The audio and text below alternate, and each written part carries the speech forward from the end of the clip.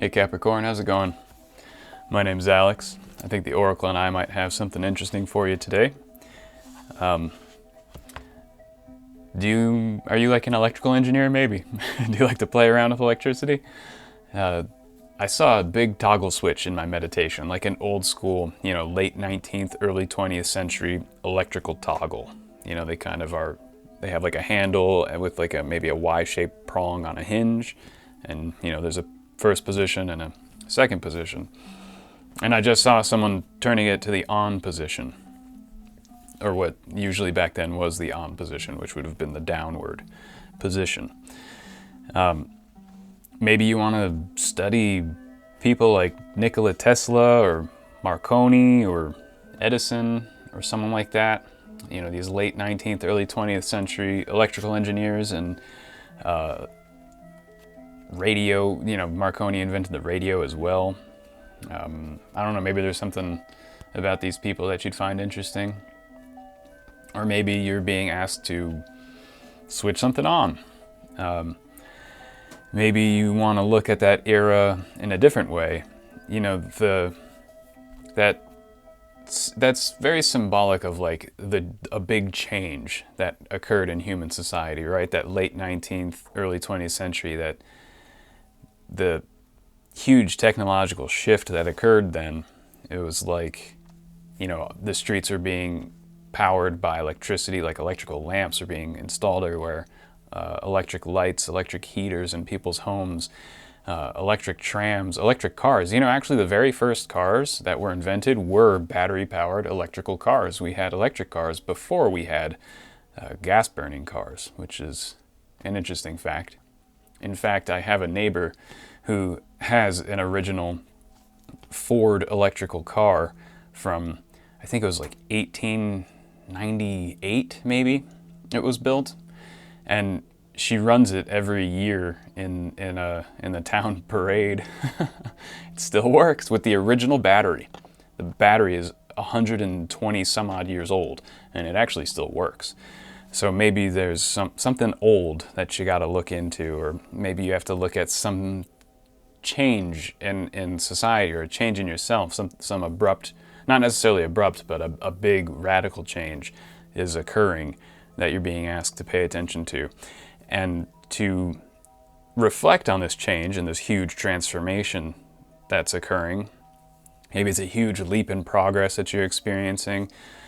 You might want to look at episodes from history where rapid progress occurred, maybe in society at large, or in culture, or in an individual's life. Perhaps you have a grandparent who experienced some big transformative moment that you know about, that maybe they share the story with you and you can reflect on that story.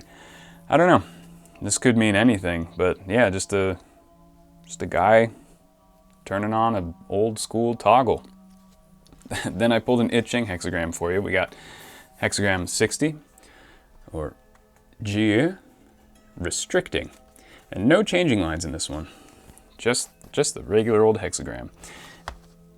Restricting brings up ideas of economizing, saving, regulating, setting boundaries, restraints, things like that. We have an image of water over lake. Those are the two elemental signs that make up this hexagram. So we have this idea of water flowing into a lake. And now when water flows into a lake, we have to make sure that the lake gets enough water and that it doesn't drought. We also have to make sure that the lake doesn't fill up too much with water and causes a flood. We really have to regulate this resource. Perhaps you actually do work for the Department of Natural Resources, or maybe you're a permaculturalist, and on your property, perhaps there's a water resource that you need to look at. Maybe you work in water treatment or some civil infrastructure, sewage, or parks management. I don't know if this is literal, but if you do work with water resources, I think you should check and double check and triple check everything right now. Make sure the dam is functioning. Maybe you got to open up the dam and let out some water to prevent the reservoir from flooding, or maybe you got to close the floodgates and prevent too much water from going downstream. Maybe you got to dredge the river to allow for proper flooding if the flood season's coming up soon where you live. I don't know, perhaps there's something you got to pay attention to with literal water managing, with resource management. For everybody else, this could be more metaphorical, where we need to watch how much emotion we're putting into something. Maybe we're putting too much emotion into something.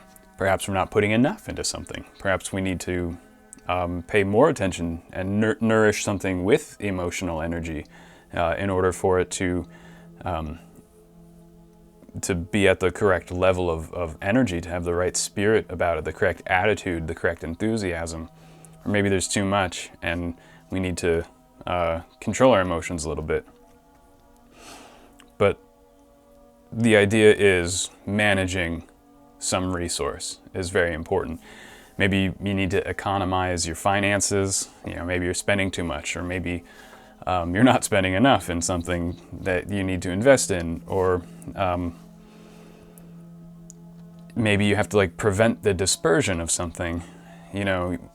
Perhaps something or some people are dispersing themselves, their social relations, their money, their energy in some way. Maybe your energy is being dispersed in some way, and you need to restrict your behavior. You need to restrict what you're focusing on. You need to restrict what you're paying attention to, and pay attention only to the important things, and bring this group of people back together, bring your attention back together. But something it might be dispersing that you need to bring back together. Now, another interesting thing about this hexagram here is that the ancient Chinese word here is actually referring to a joint of bamboo, like the knuckle, that space between two segments of bamboo. And of course that segment, that knuckle, is like the boundary between segments.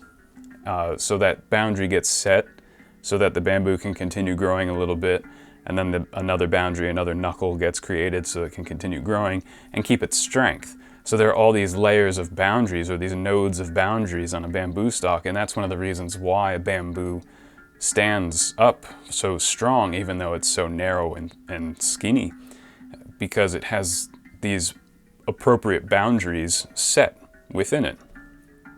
And something that was interesting that was done back in the day was that a small piece of bamboo would be cut in a special way, maybe a curve, maybe a few zigzags or something like that, and into two separate pieces. And one piece would be given to someone and another piece would be given to someone else. And this is how those two people could verify each other's identity. So for instance, a government might have agents around, and those agents might never have met each other, but they're on a mission or something where they need to meet, and they're each separately given the correct piece of bamboo. And when they meet, the bamboo sticks come together, and if they fit perfectly, it verifies their identity to each other. This was a verification token. So maybe you need to pay attention to verifying somebody's identity before engaging in a business relation or something like that. You need to verify someone's credentials, that they are who they say they are. Maybe you need to verify something. You need some type of verification token here to secure one of your interests or one of your endeavors. Or you need to get to the truth of something. You need to really figure out where something came from, how much something is worth. You need to appraise something appropriately. There's some type of verification that you need to look for. Or maybe you just want to create a friendship necklace, because those bamboo stalks remind me of those friendship necklaces that were popular in the 80s and 90s. So maybe you just want to do that with one of your friends. I have no idea. But there's a verification token that's being called up here. Yeah, I think that's it for that. So I'm going to develop this reading for you with this system that I've developed. I've got these 24 symbols here. I will spin a coin, and it will land on one of these symbols, which represents an aspect of reality, an aspect of life, and that will be the aspect of life that we will focus on for you, that the Oracle wants us to develop. I'll pull some cards. So, Oracle, what does Capricorn need to know.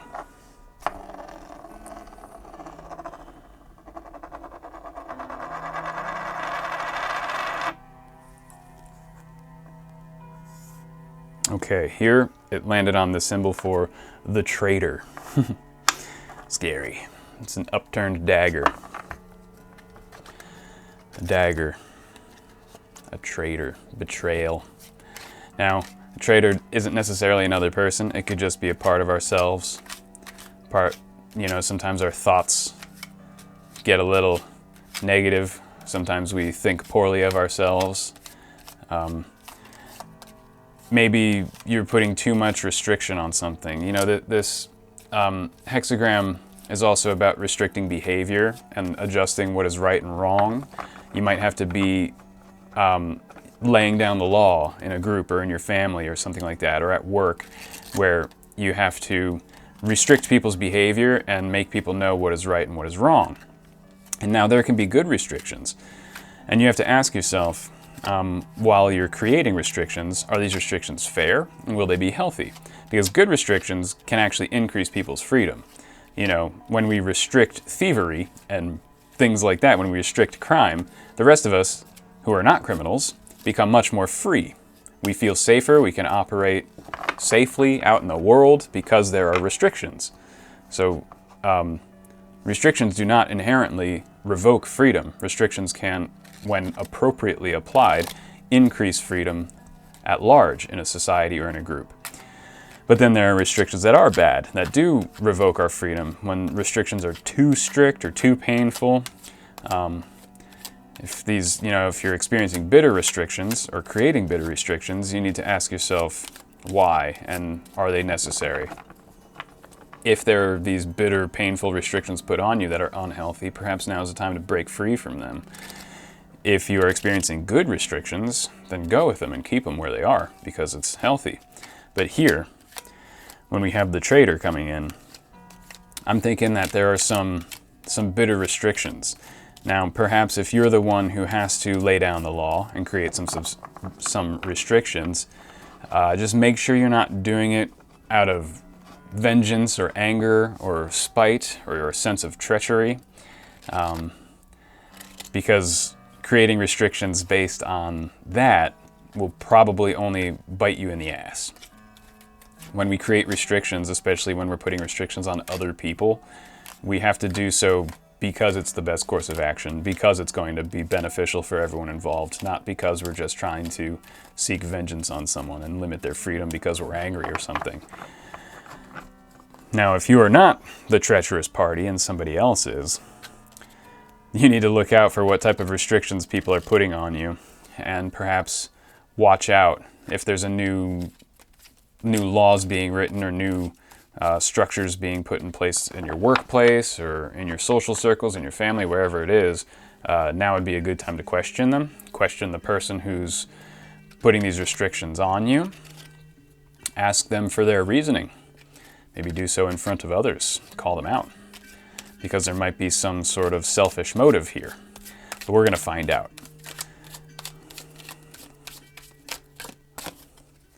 So we've got the Three of Wands. Now this deck, sometimes a few of the cards have little words on them. They don't say what the card is. They kind of just have this little subtext that the artist wanted to put in. And this is established strength, I think. Yeah, established strength. So like, you've already got some strength here. There's already, this gives me the vibe of a good restriction, right? So here, the Three of Wands is like a guy who has a fleet of ships at his disposal. Maybe he's a merchant and runs some trade routes. He's got his resources well managed, well in hand. He's got command over his resources and he regulates them properly. So there could be a detail with this. There could be something that you're too comfortable with, and this sense of complacency might betray you because you might become blind to small problems, and you might think you don't have to take care of these small problems that crop up, and then a bunch of small problems become one big problem, because now you have to deal with a lot of this nonsense that comes up. So if you do have this established strength, if you do have this well-regulated, well-oiled machine that you've got going on in your life, maybe your life is a well-oiled machine, you gotta still make sure that you pay attention to the little things. Or this could be that someone else who has a nice, well-oiled machine for their lives, or is like a powerful business owner, or is a well-established person in something, doesn't have to be business, but well-established in anything, in their field, whatever it is, this person might be somewhat untrustworthy, or this person might only care about their own affairs, their own established strength, their own business, their own reputation, their own status, their own money, their own whatever it is. This person might be treacherous. This person might not have any care for anyone else besides their own success. And so you got to look out for that person. Because when I pulled this out, it did kind of want to come out in reverse a little bit. So I have to point that out, that this could be an established person who is really, really concerned with their own social status and just doesn't give a damn about anybody else. So you got to look out for that and just protect yourself from that energy, which is easy to do most of the time. Once we know someone is like that, then they become trustworthy. But not in the conventional sense of it's a trustworthy person. What I mean is that you can trust that they will be selfish.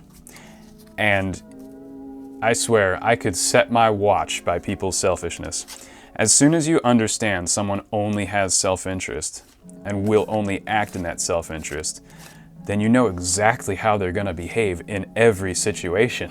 And you can predict their behavior so easily. I see this all the time. And then you can act accordingly. Plan appropriately, plan accordingly, act appropriately. You can make choices based on how you know they're going to react. And it becomes very, very easy to navigate their treachery. I'm going to pull another card for you. So here we have confusion. Ooh, confusion. This is actually kind of a pretty looking card. It's got like fish and snakes and sea serpents and stuff. Swimming around, eels maybe? Tentacles of an octopus, that's what that is. Huh. A jellyfish. Tumultu is the Latin. So this is like tumultuousness, confusion. So yeah, again, for those of you who manage water resources in the literal sense, make sure everything is double and triple checked. Make sure you're prepared for drought or flood or whatever the case may be. Make sure your dams are well kept, or maybe you gotta get rid of some dams that are damaging the ecosystem or something like that. You really got to pay attention to that right now. For everybody else who doesn't work in civic infrastructure, this is a lack of clarity about this treacherous energy. This is like someone might be taking advantage of a confusing situation. You know, sometimes people who are powerful, who have like big businesses or a lot of political power or a lot of social clout or something like that, they take advantage of confusion. They, there's an old saying that chaos is a ladder, and that's sometimes how a lot of people gain their power and wealth, is by taking advantage of confusion and climbing the ladder of power and status by exploiting tumultuous periods of time, exploiting people's fears, exploiting people's insecurities, exploiting people's weakened financial situations or uncertain financial situations. Can easily, someone like a loan shark, of course. There are many predatory type businessmen and politicians in this world, and social climbers who take advantage of people's confusion. And so you might have to just be super careful about that. If you feel vulnerable right now, socially vulnerable, emotionally, financially, politically vulnerable. Now is the time to not, I don't want to freak you out, but not trust strangers. The Three of Wands is also a card of like a stranger, a traveler. And, you know, maybe now is not the best time to try and enter into deals or relationships with someone new. If you are in an uncertain or a somewhat desperate situation, stick to the people who you know you can trust, even if it's just yourself, and wait until you have dealt with this maybe emotional turmoil that you're in. Perhaps it's financial turmoil, social turmoil. Wait for it to pass. Take the actions required to heal that, and try not to enter into new arrangements, new business arrangements at this time will probably be offered by predatory individuals, and it might be best to avoid them. Of course, follow your heart, follow your gut, follow your mind. If this isn't resonating with you, you know, your situation could have nuance, and I'm not gonna try and scare you away from doing something that you feel really is correct, and if you checked it out and everything, but just, you know, keep a good head on your shoulders and really reflect on this situation. All right.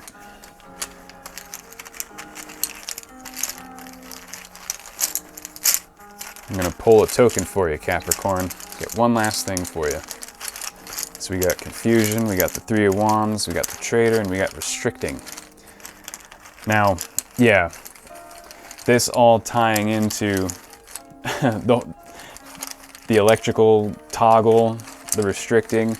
You might need to bring light to something to end confusion, and then restrict a whole situation to bring clarity to something. Restrict what people can and cannot do.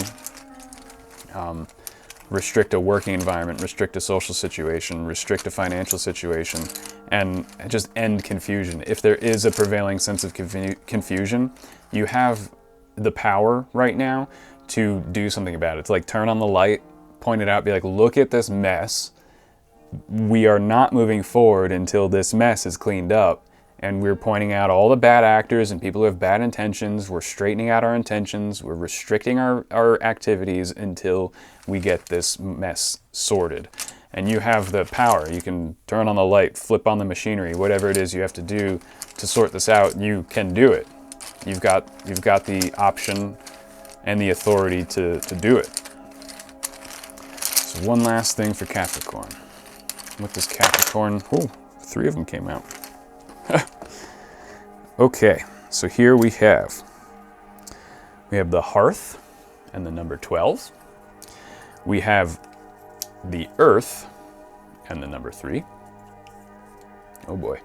And we have the Widow and the number 7. So 12, 3, 7, those might be significant numbers.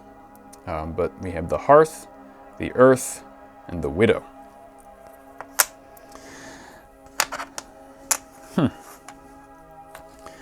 So, yeah, here I'm getting a sense of don't move too much. Don't step forward too much.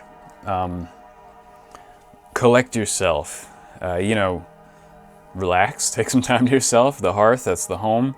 Look at your home life. Make sure your house is good. Make sure everything's in order in your home life, because that's like our foundation.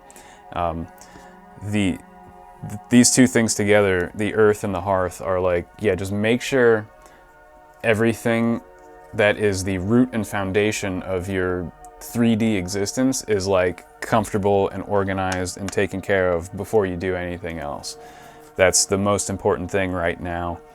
Like, I'm getting that Maslow's hierarchy of needs, where that bottom part of the pyramid is, you need to focus on that and manage those resources down there before the other aspects of life can be fulfilled. You know, clarity at home, clarity within, the flame of consciousness within the home, within yourself, needs to be stoked. It needs to be regulated. You can't stoke it too much because you'll burn your house down, and you can't let it die because you'll freeze in the winter. So you need to have a proper inner awareness about your home, about your foundational resources, whether it's emotional, spiritual, financial, social, whatever it is. It has to be properly regulated. And you have these resources at your disposal. You just need to make sure they're not wasted, that they're not excessive or deficient. They need to be the right amount. They need to be put to use where it's important for them. They need to be organized properly. And here with the widow, we have this this idea that you might not know who you can call upon to help you do this. You might not be able to call upon anyone to help you do this. You might be kind of on your own in sorting all this out and clarifying all of this and organizing all of this. You might just be on your own. And it could be causing you some sadness and difficulty and stress, because you might want to reach out. Now, if you have trusted, well-known people, yeah, go ahead and reach out, of course. If you don't, and you're tempted to enter into a new arrangement, right, it might not be the best idea, because again, I'm not trying to bug you or anything, but widows can be easy to take advantage of, right, in the literal sense. A lonely and sad woman is easy prey for bad people, for bad men. There is a certain type of predator who preys upon widows. It's a common thing. It's been around for thousands of years. So if you are in that situation, just relax. Don't start new relationships based on loneliness and sadness.